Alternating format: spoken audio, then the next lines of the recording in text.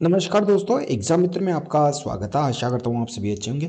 दोस्तों, इस वीडियो में हम बात करेंगे एमएनएस बीएससी नर्सिंग के बारे में, military nursing service BSc nursing के बारे में।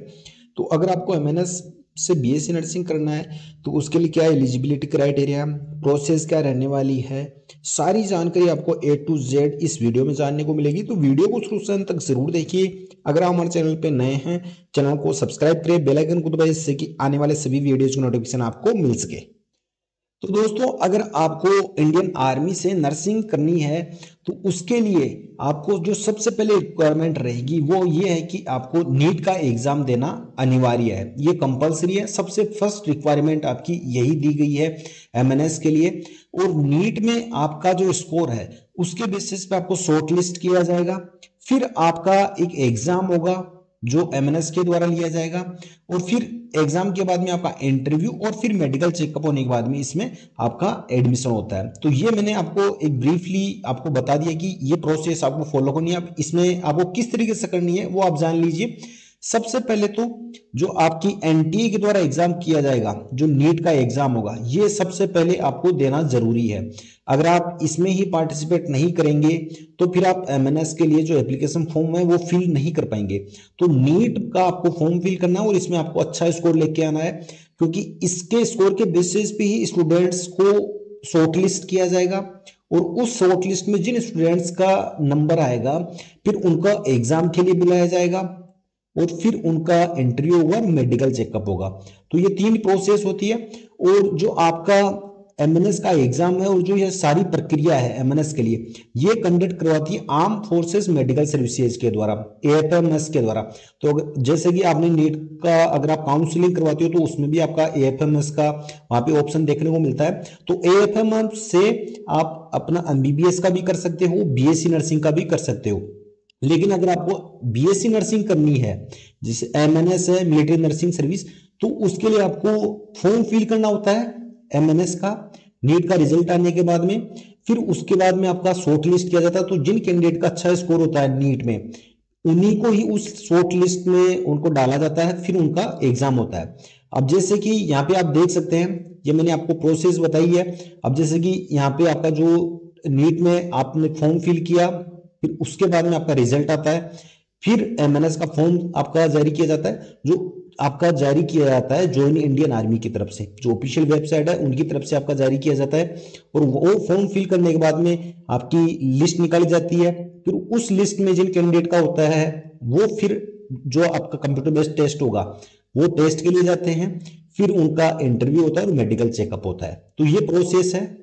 अब यहाँ पे रिक्वायरमेंट की बात कर लेते हैं। तो सबसे पहले तो है कि आपका क्वालिफाइंग स्कोर होना चाहिए नीट में। नीट में क्वालिफाइंग स्कोर कितना है? तो वो आपका मिनिमम स्कोर जो जब आप काउंसलिंग में पार्टिसिपेट करते हो नीट की में, सेम वही काउंसलिंग में आप पार्टिसिपेट करने के लिए जो स्कोर रिक्वायर्ड होता है वही आपका एमएनएस के लिए रिक्वायर्ड होता है। लेकिन उस क्वालिफाइंग स्कोर पे आपका एडमिशन नहीं होता है, शॉर्ट लिस्ट में नहीं होता है। आपका कट ऑफ पे डिपेंड करता है कि एमएनएस की जो कट ऑफ है वो आपकी नीट की कितने स्कोर पे जा रही है, तो उस पर डिपेंड करता है। वो चीजें मैं आपको जैसे ही फॉर्म आएंगे उस टाइम पे आपको सारी चीजें अच्छे से एक्सप्लेन कर दूंगा। तो नीट का रिजल्ट आने के बाद में आपको इस वेबसाइट पे जाना होता है, joinindianarmy.nic.in। इस वेबसाइट पे नोटिफिकेशन देखने को मिलता है और इस वेबसाइट के थ्रू ही आपको एमएनएस का फॉर्म फिल करना होता है। फिर आपका जो स्क्रीनिंग प्रोसेस होती है वो आपका दिल्ली कैंट है, जो आपका एएफएमएस का बेस हॉस्पिटल है, वहां पे आपको जाना होता है जो स्क्रीनिंग प्रोसेस के लिए। अब आपका जो एलिजिबिलिटी रिक्वायरमेंट है वो आप देख लीजिए एक बार। एलिजिबिलिटी के लिए सबसे मोस्ट इंपॉर्टेंट है, इसमें आपका फिजिकली स्टैंडर्ड भी चेक किया जाता है आपका। तो फीमेल कैंडिडेट के लिए यही है। और unmarried, divorce, legally separated, window without, तो ये अनमेरिड है उनके लिए है, डिवोर्स्ड है उनके लिए भी है, जो मैरिड है उनके लिए नहीं है। सीधी सी सिंपल सी चीज है। इंडियन नेशनलिटी होनी चाहिए। डेट ऑफ बर्थ है आपकी, ये 2024 का जो ऑफिशियल नोटिफिकेशन जारी किया गया था मैं उसके आधार पे बता रहा हूँ। तो अब 2025 के लिए आप यहाँ पे 1999 है तो यहाँ पे 2000 कर लीजिए। तो 1 अक्टूबर 2000 से लेके 30 सितंबर 2008 के बीच में आपका जन्म हो तो आपकी ये डेट ऑफ बर्थ है, तो आप इसके लिए एलिजिबल है। अब सबसे मोस्ट इंपॉर्टेंट है जो आपको यूट्यूब पे भी वीडियोस में देखने को नहीं मिलेगा, सबसे मोस्ट इंपॉर्टेंट आपको ये चीज समझ लेनी है कि आप जो फीमेल कैंडिडेट है वो सबसे पहले तो फर्स्ट अटेम्प्ट में ही फर्स्ट अटेम्प्ट में ही आपने 10+2 पास आउट किया हो। ऐसा नहीं कि हमने फर्स्ट अटेम्प्ट में आपके बैक रह गई हो, आपने सेकंड अटेम्प्ट दिया हो फिर उसमें हो। फर्स्ट अटेम्प्ट में ही आपका 12वीं पास होना चाहिए।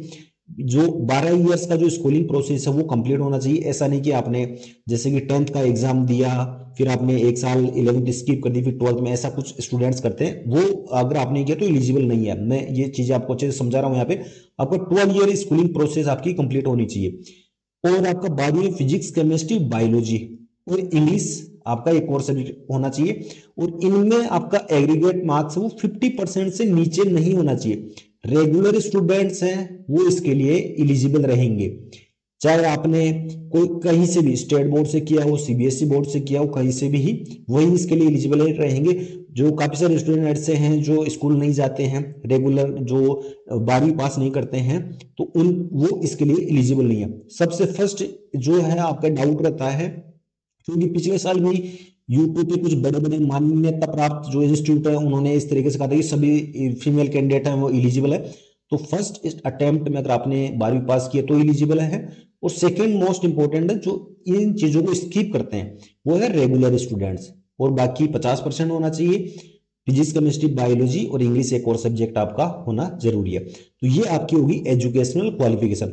नेक्स्ट है फिजिकल स्टैंडर्ड। अब फिजिकल स्टैंडर्ड भी चेक किया जाएगा क्योंकि ये आपकी डिफेंस से रिलेटेड है। अब इसमें आपका एक बेनिफिट ये होता है कि जैसे ही आपका बीएससी नर्सिंग आप एमएनएस से करते हो, तो जैसे ही कंप्लीट होता है आपका कोर्स, तो फिर आपको आर्मी के जो हॉस्पिटल्स होते हैं उनमें आपको डायरेक्ट जॉब मिल जाती है। एक तरीके से आपकी गवर्नमेंट जॉब भी फिक्स हो जाती है। तो जो सबसे मोस्ट इंपॉर्टेंट पार्ट होता है ये होता है कि आपका इसमें एडमिशन होना।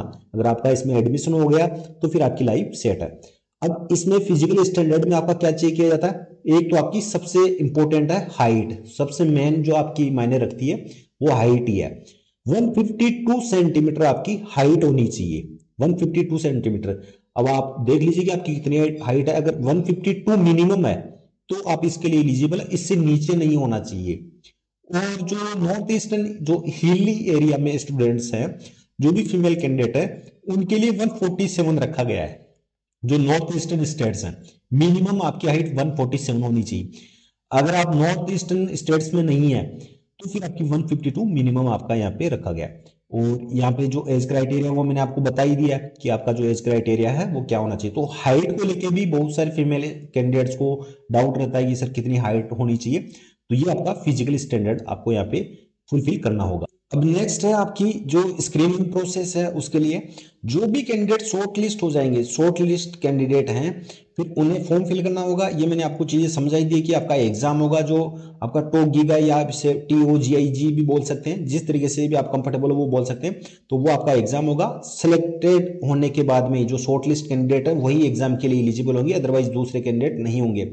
आपके डॉक्यूमेंट वेरीफाई होंगे। नेक्स्ट प्रोसेस आपकी ये रहेगी। फिर इसके बाद में आपकी जो टेस्ट होगा उसके बारे में यहाँ पे दे रखा है। अब यहाँ पे जैसे कि अगर आप YouTube पे वीडियोज में देखेंगे तो वहां पे ये चीज आपको क्लियर नहीं देखने को मिलेगी कि जो एग्जाम होगा वो किस तरीके से होगा, कौन कौन से क्वेश्चन पूछे जाएंगे, उसमें मार्किंग वगैरह। तो ये मैं सारी चीजें हैं ये ऑफिशियली बेस पे जो जारी किया गया है नोटिफिकेशन उसी पे ही बता रहा हूँ। तो यहाँ पे आपका जो एग्जाम होगा जो TOGIG है इस नाम से, ये test of general intelligence and general English, तो ये आपका टेस्ट होगा। अब इसमें क्या क्या पूछा जाएगा, एक तो आपका होगा जनरल इंटेलिजेंस का, जैसे कि आपका रीजनिंग से रिलेटेड आपके उसमें क्वेश्चन पूछे जाएंगे। नेक्स्ट आपके मैथमेटिक्स से रिलेटेड हो सकते हैं। और एक होगा आपका जनरल इंग्लिश का। अब इनमें कितने कितने क्वेश्चन आएंगे, जनरल इंग्लिश आपकी जो बेसिक इंग्लिश ग्रामर है वो आपकी पूछी जाएगी। 20 क्वेश्चन आपके आएंगे जनरल इंटेलिजेंस के और 20 क्वेश्चन आएंगे आपके जनरल इंग्लिश के। ये आपका होगा CBT based, computer based test होगा आपका। और इसमें 40 क्वेश्चन आपके पूछे जाएंगे, 20 इसमें से आएंगे, 20 इसमें से आएंगे। 80 मार्क्स का टोटल आपका होगा। और ये चीज आपको कहीं भी यूट्यूब पे देखने को नहीं मिलेगी कि आपका इसमें नेगेटिव मार्किंग रहेगी। आपको ये negative marking 0.5 for every incorrect answer, there will be negative mark for 0.5 for every incorrect answer. तो आपका वहां पे नेगेटिव मार्किंग भी देखने को मिलेगी। और इसमें आपको टाइमिंग कितना दिया जाएगा, 40 क्वेश्चन के लिए केवल 30 मिनट का आपको टाइम दिया जाएगा। तो ये आपका एग्जाम होगा जो शॉर्ट लिस्ट कैंडिडेट हो जाएंगे उनका। फिर उसके बाद में क्या रहेगा, जैसे ही आप शॉर्ट लिस्ट हुए, आपने ये एग्जाम दिया, आधे घंटे का एग्जाम होता है, आपका रिजल्ट आया, फिर आपका होगा साइकोलॉजिकल असेसमेंट एंड इंटरव्यू। ये इंटरव्यू ही बोल सकते हैं इसे। अब इसमें आपका जो साइकोलॉजिकल असेसमेंट और इंटरव्यू है वो होगा आपका दिल्ली कैंट जो बेस्ट हॉस्पिटल है वहां पे आपका होगा। अब इसमें क्या क्या पूछा जाएगा, इसमें आपका पूछा जाएगा जो आपने 12वीं पास की है उसके स्टैंडर्ड के क्वेश्चन, जैसे कि आप बायो के स्टूडेंट्स हैं तो आपका उससे रिलेटेड बेसिक क्वेश्चन पूछे जाएंगे, डरने की कोई जरूरत नहीं। अगर आपने ये चीजें, आपने नीट का एग्जाम क्लियर कर लिया, शॉर्ट लिस्ट हो गए, फिर आपने इसमें भी आपने क्लियर कर लिया, फिर जो आपका इंटरव्यू की प्रोसेस होती है ये आपकी उतनी टफ नहीं होती। जनरल नॉलेज से रिलेटेड, जैसे करंट अफेयर से रिलेटेड, ये सारी चीजें कौन कौन सी क्वेश्चन पूछे जाएंगे मैं एक सेपरेट वीडियो बना दूंगा, तो उससे आपको एक आइडिया हो जाएगा कि विगत वर्षों में जो स्टूडेंट से इंटरव्यू लिया गया तो उनमें किस तरीके के क्वेश्चन पूछे गए थे। करंट अफेयर से रिलेटेड मैंने आपको बताई दिया। जनरल नॉलेज में स्टैटिक जीके भी हो सकता है स्टेट वाइज, या आपका इंटरनेशनल लेवल का भी हो सकता है, जियोपॉलिटिक्स से रिलेटेड, और आपका इंटरेस्ट किस चीज में है, आपकी हॉबीज वगैरह। तो ये, अब ये आपका जो इंटरव्यू होगा, अब स्टूडेंट्स का ये रहेगा कि सर ये इंटरव्यू कौन सी लैंग्वेज में होगा। आप जिस भी लैंग्वेज में कंफर्टेबल हो उस लैंग्वेज में आप उनको आंसर दे सकते हैं। इंग्लिश में कंफर्टेबल हो तो इंग्लिश में, हिंदी में हो तो हिंदी में, अदर लैंग्वेज में हो तो अदर लैंग्वेज में आप इनको आंसर कर सकते हैं। लेकिन बेसिकली हिंदी और इंग्लिश दो ही लैंग्वेज चलती है, तो आपको जो जिस भी लैंग्वेज में कंफर्टेबल उसमें आप अपना आंसर है वो उनको दे सकते हैं इंटरव्यू में। फिर ये प्रोसेस कंप्लीट होने के बाद में फिर आपका होगा मेडिकल एग्जामिनेशन। मेडिकल एग्जामिनेशन होने के बाद में आपका वहीं same best hospital Delhi cantt में, दिल्ली में ही आपका होगा, तो वहां पे मेडिकल एग्जामिनेशन होगा। अब इसमें अगर मेडिकल एग्जामिनेशन में अगर अनफिट होता है कोई भी स्टूडेंट्स, तो फिर उसके लिए वो अपील भी कर सकता है। जो 40 रुपीज का ये प्रोसेस है, तो इसके लिए तो बहुत ही कम स्टूडेंट जाते हैं, 24 आवर्स में कर सकते हैं, तो ये बाद की बात है। लेकिन वैसे अधिकतर फिट ही रहते हैं, तो 40 रुपीज़ वाली ये डिपॉजिट करके एप्लीकेशन फॉर्म है वो हमारो के नाम से आप सेंड कर सकते हो। 24 घंटे के अंदर अंदर फिर उनका है वो दोबारा से एक बार रीचेक किया जाता है। फाइनल सिलेक्शन की जो प्रोसेस है ये सबसे मोस्ट इंपॉर्टेंट है। ये फाइनल सिलेक्शन है वो किस बेसिस पे होगा, किस तरीके से होगा, तो इसमें आपका चेक कौन कौन सी चीजें इंक्लूड रहेगी। आपका नीट का स्कोर 2025 का, जो आपने सीबीटी टेस्ट दिया था 40 क्वेश्चन वाला, उसका स्कोर, और जो आपका साइकोलॉजिकल असेसमेंट और इंटरव्यू वाली जो प्रोसेस है, इन तीनों के जो मार्क्स हैं वो आपके कंबाइंड किए जाएंगे। और जो मेडिकल फिटनेस है उससे रिलेटेड भी, फिर ये सारे के सारे आपके कंबाइंड करके फिर इनके बेसिस पे आपकी मेरिट निकाली जाएगी, और वो मेरिट है वो आपकी ज्वाइन इंडियन आर्मी की ऑफिशियल वेबसाइट पे जारी की जाएगी। तो इस मेरिट में जिनका भी नाम आ जाएगा वो सिलेक्ट हो जाएंगे, फिर वो जाके अपना एडमिशन प्रोसेस वो कंप्लीट कर सकते हैं। तो ये आपको मैंने अच्छे से सारी चीजें स्टेप बाय स्टेप समझा दिया। वीडियो थोड़ा बड़ा जरूर हो गया, अगर आपने यहाँ तक पूरा देखा तो ये सारी प्रोसेस आपके समझ में आ गई होगी। अब बात करते हैं आपकी सीट मैट्रिक्स की, कि टोटल सीट्स कितनी है। अब सीट्स यहाँ पे आप देख लीजिए, ये टोटल आपको 220 सीट देखने को मिलेगी। 220 सीट कहाँ कहाँ है, 40 सीट है आपकी यहाँ पे जो पुणे वाला है उसमें, 30 सीट है आपकी कोलकाता वाले में, 40 है मुंबई वाले में, न्यू दिल्ली वाले में 30 है, और लखनऊ वाले में 40 है, बेंगलोर वाले में 40 है। तो ये आपकी टोटल 220 सीट है। ये 220 सीट हर साल इनका एग्जाम होता है। ये 220 सीटों में अगर आपने अपनी जगह बना ली तो फिर आपकी लाइफ सेट है। केवल आपको इस एग्जाम की प्रिपरेशन करनी है। जैसे आपका बीएससी नर्सिंग का कोर्स कंप्लीट होता है फिर आपको यहाँ पे गवर्नमेंट जॉब भी आपको दी जाती है। कोई भी कॉम्पिटिटिव लेवल का एग्जाम फाइट नहीं करना होता है, आपको डायरेक्ट यहाँ पे पोस्टिंग प्रोवाइड कर दी जाती है। तो ये टोटल आपको 220 सीट है। अब नियर बाई आपका जो भी हो आपकी सिटी के नियर बाई वो आप यहाँ पे सेलेक्ट कर सकते हैं। अब जो ये ऑफिशियल नोटिफिकेशन में है कि हाउ टू अप्लाई, ये मैंने आपको बता ही रखा है कि जो क्वालिफाई कर लेंगे नीट का एग्जाम 2025 के लिए तो फिर वो ऑफिशियल वेबसाइट पे जाएंगे, वहां पे आपको नोटिफिकेशन ये इस तरीके से ये नोटिफिकेशन वो जारी किया जाएगा। सारी चीजें अच्छे से एक्सप्लेन कर रखी होगी, वहां पे लिंक भी मिल जाएगा कि आपको किस तरीके से अपना फॉर्म फिल करना है। वो मैं आपको एक सेपरेट वीडियो प्रोवाइड करवा दूंगा, तो जिसको फॉलो करके आप स्टेप बाय स्टेप सारी चीजें आप सेल्फ भी कर सकते हो, किसी की आपको हेल्प लेने की भी आवश्यकता नहीं है।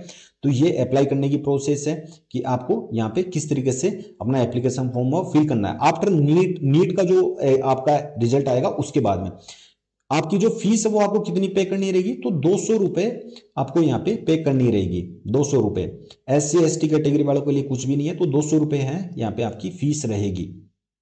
और जो SC ST कैंडिडेट हैं उन्हें अपना डॉक्यूमेंट जो रिजर्वेशन उनको मिलता है, तो वो डॉक्यूमेंट का प्रूफ है वो आपको पे करना, यहाँ पे अपलोड करना रहेगा। तो आपको यहाँ पे 200 रुपये हैं, उसमें आपको छूट मिल जाएगी। फिर आपको बाकी का यहाँ पे सारी चीज़ें मैंने अच्छे से समझाई दी है, ये आपके लिए इंपॉर्टेंट चीज़ें हैं। तो ये जो ऑफिशियली नोटिफिकेशन मैंने उसके बेसिस पे आपको सारी चीज़ें अच्छे से समझाई है। आई होप हर एक चीज़ आपकी अच्छे से समझ में आ गई होगी। फिर भी कोई डाउट रहता है कि आपको अपनी प्रिपरेशन किस तरीके से करनी है, आपको जो इंग्लिश ग्रामर है, GK का है, जो रीजनिंग का है, जिसमें आपके अच्छा स्कोर आ जाए, या आपको नीट का जो आप प्रिपरेशन कर रहे हो तो उसके लिए आपको 350 टू 550 के बीच में आपको स्कोर लेके आना है। तो उसमें आपकी चांसेस रहते हैं, और मेरा यही कहना है कि आप जितना अच्छा स्कोर लेके आएंगे उतने ही आपके चांसेस, जो लास्ट की मेरिट लिस्ट निकलती है तो उसमें आपके चांसेस है वो हाई हो जाएंगे। तो आपको अपना जो स्टैंडर्ड है वो आपको हाई लेके चलना है। बाकी अगर कोई भी स्टूडेंट मेरे से पर्सनल गाइडेंस लेना चाहता है तो मैंने इंस्टाग्राम का लिंक डिस्क्रिप्शन बॉक्स में प्रोवाइड करवा रखा है, आप वहाँ पे मेरे से कांटेक्ट कर सकते हैं, और बाकी की सारी प्रोसेस है मैं आपको स्टेप बाय स्टेप चीजें समझाता रहूंगा। आई होप वीडियो आपके लिए यूजफुल रहा होगा। वीडियो पसंद है वीडियो को लाइक करें, शेयर करें। मिलते हैं नेक्स्ट वीडियो में। धन्यवाद। जय हिंद, जय भारत।